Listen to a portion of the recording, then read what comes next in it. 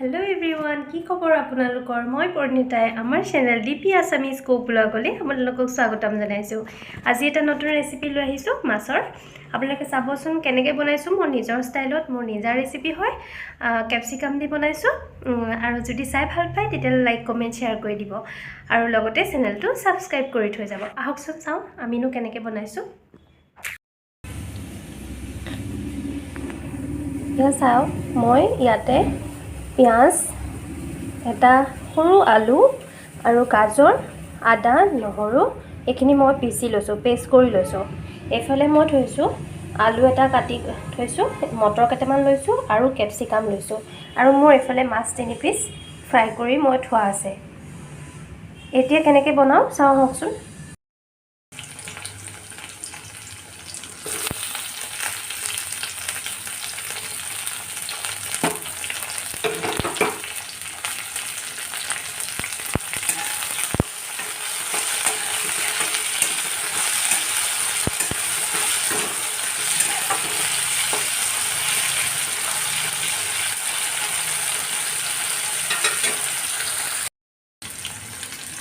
এইখিনি ভাজা হৈ গৈছে।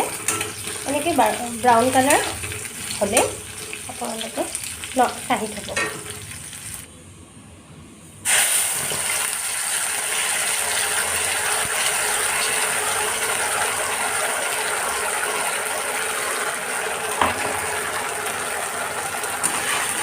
এতিয়া আপোনালোকে এনেকৈ লৰাই লৰাই ভাজি থাকিব।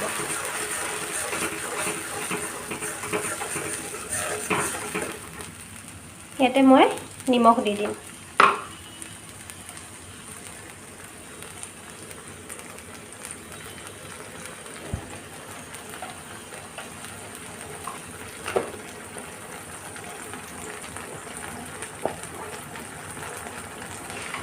ইয়াতে মই ক'লা সৰিয়হ কেইটামান দি দিম।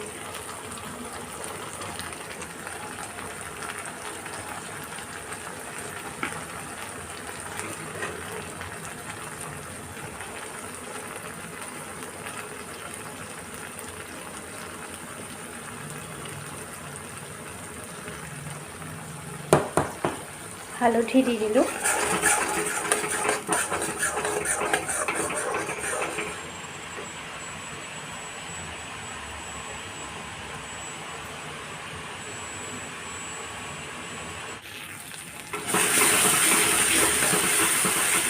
ইয়াতে মই আগতীয়াকৈ ফ্ৰাই কৰি থোৱা কেপচিকাম, আলু আৰু মটৰখিনি দি দিম। মটৰখিনি ফ্ৰাই কৰা নাছিলোঁ, নালাগে ফ্ৰাই কৰিব বাৰু।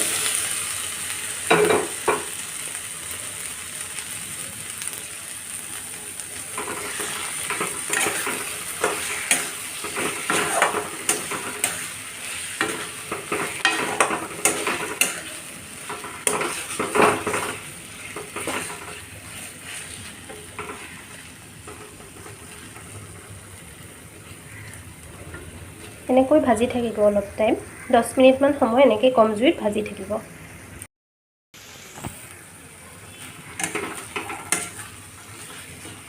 ইয়াতে মাছ কেইটুকুৰ দি দিব।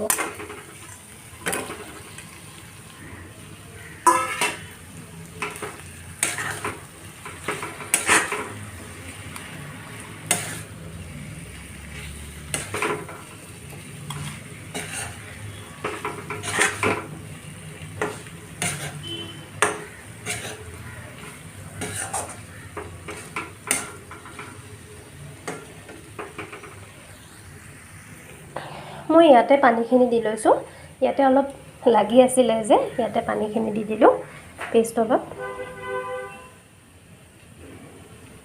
এনেকৈ লৰাই এইখিনি পানীকে মই এতিয়া ইয়াতে দি দিম।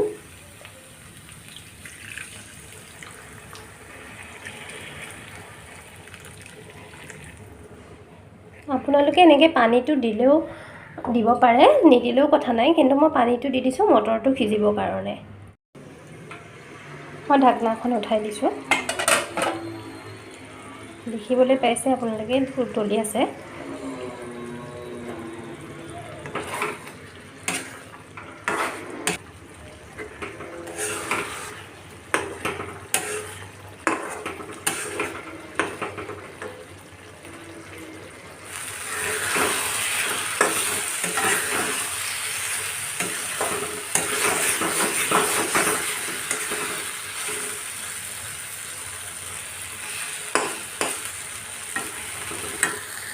এইখিনি হৈ গৈছে আৰু প্ৰায় মই এতিয়া কাঢ়ি থৈ দিম